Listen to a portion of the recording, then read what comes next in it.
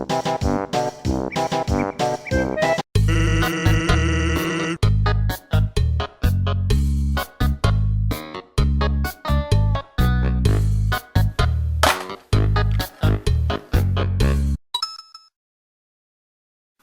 I don't even know where to begin. I can't remember the last time I played a game that filled me with so many mixed emotions when I completed it. To be satisfied after beating a game is one thing, but when it leaves you wanting so much more is completely spectacular. Hey everyone, and welcome to another episode of Convinced. Today I'm going to be talking about Undertale, a recent indie RPG that's been gaining quite a lot of popularity recently. And it's only natural I discuss this game when Halloween is right around the corner. This game is probably one of the best RPGs I've played in my entire life, and even possibly one of the greatest RPGs to come out in this decade. So with that, here's why you should play Undertale. Released on September 15, 2015, Undertale is an indie RPG created by Toby Fox and was funded by Kickstarter. The game follows the story of two races living on Earth, humans and monsters. One day, a war wages between the two races, leading to multiple battles until the monsters fall to the victorious humans. The monsters were then banished underground and sealed by a magic barrier, so that neither race could ever meet again. Years after the war, a small girl falls down a hole in a mountain that no one has ever returned from before, and ends up underground with the monsters. It's from here that you learn the mechanics that define the themes of Undertale. As the child, you must make your way through the underground and reach the barrier to escape, all while meeting new friends, learning about the underground, and trying to survive.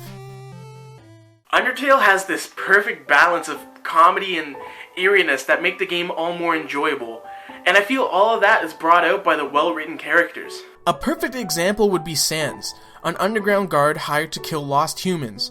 He's always making small witty jokes that will keep you smiling and wanting more, and it works because that's how his character is designed. He's just a silly goofball having fun. And that goes for every character too, and it's all because of how great the writing is. I could go on about how much I like Papyrus as a character, and how much I like his spaghetti and sweet muscular biceps. So good. Delightful. You know, I'm so glad you took me out tonight. This has been one of the best nights of my life. It truly feels like you've been friends with some of these characters forever. Every enemy you face in this game are all comedic with the jokes that are played off their names or themes, which are bound to make you smile. It's not even just comedy. The game can make you feel scared, jolly, sad, you name it. You genuinely feel fear when something horrific is about to happen, or upset when something depressing occurs. You can relate to your character because it's easy to see the things that are going on in the game happen to you yourself. I was never able to fully emotionally connect to a character I was playing as or playing alongside in an RPG. Mostly due to the fact that they're all hollow, spiky-haired anime dudes, but there was something so magical about Undertale that did it for me. Once you come closer to the end of the game, the feeling of hopelessness and fear become bigger and really start to daunt on you, but I can only explain so much without spoiling anything. All I can say is that this game is filled with raw emotion thanks to the writing, and you really need to experience it firsthand to understand where I'm coming from.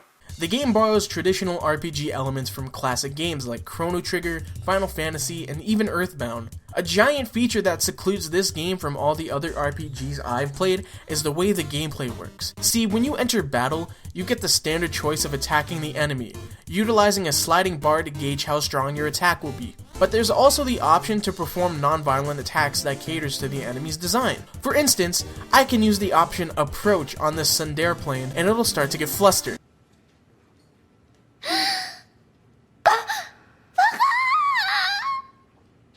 This will allow me to spare it. When you trigger enemies the right way, you gain the ability to spare enemies, causing fights to end right there. The interesting thing about this game is that you don't have to kill a single person to beat it. With the way the previously mentioned battle mechanics work, you can either kill every enemy you come across, spare them all, or do a mixture of both. Judging by how you go about playing this game, you can end up with different endings each time you complete it, including the quote-unquote true ending to the game. This offers a ton of replay value as you'll more than likely want to see all the other multiple endings. Undertale even takes inspiration from Toho, allowing you to avoid enemy attacks by dodging projectiles thrown at you or following certain attack patterns. Some of these mechanics are something I've never seen before in an RPG, making the game extraordinarily innovative and very refreshing to play. And while I'm still on it, Undertale's actual gameplay is rather impressive. Whether it be the challenging yet fun puzzles, exciting enemy battles, or complex boss battles, the gameplay makes Undertale extremely appealing. Enemy battles are fun because you don't really know what to expect, and they're demanding, especially with the difficulty that boss battles bring. The gameplay does its job of making the game fun. There's no need to grind like other RPGs, or play through repetitive puzzles. It's all designed very well. And the game's presentation, oh my god! Maybe I'm just a sucker for a game that has pleasant music and easy to look at visuals. The way Undertale's soundtrack helps the player experience the themes of the game is bone-chilling. Songs make you feel pumped up when fighting bosses, or they make you frightened when you're forced to walk down ominous paths. Even the use of dead silence helps create tension in the game. Although the game may look dull at first glance, it's actually very fetching. It definitely takes after Earthbound in some ways, yet it still feels different, having more detailed artwork in certain parts of the game, or having odd color choices. The simplicity of colors and pixels make the game easy to look at, and also help develop the game's themes the same way the music does.